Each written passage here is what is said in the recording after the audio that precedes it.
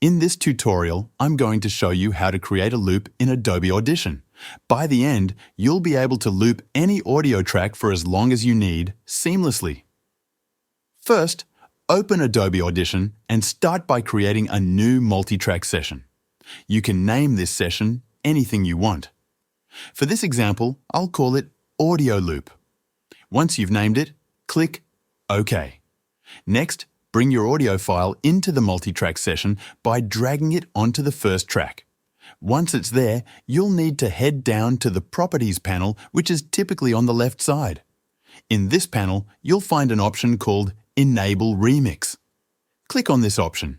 It might take a few seconds for Adobe Audition to analyze the clip, depending on the length of your audio and the speed of your computer.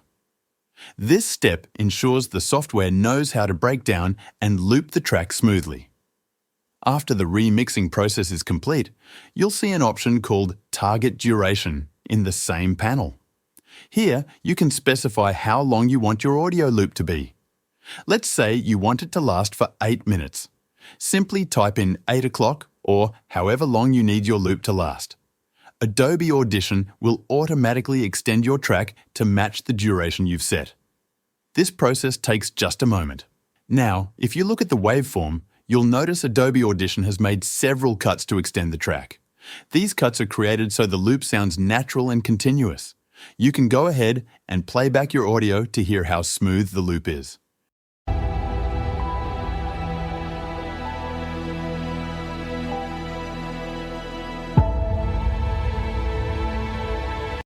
It's amazing how well the software handles this process, making sure the transitions are seamless.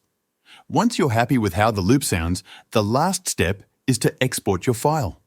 Go to the top menu bar, click on File, then choose Export. After that, select Multi-Track Mixdown, and finally, Entire Session.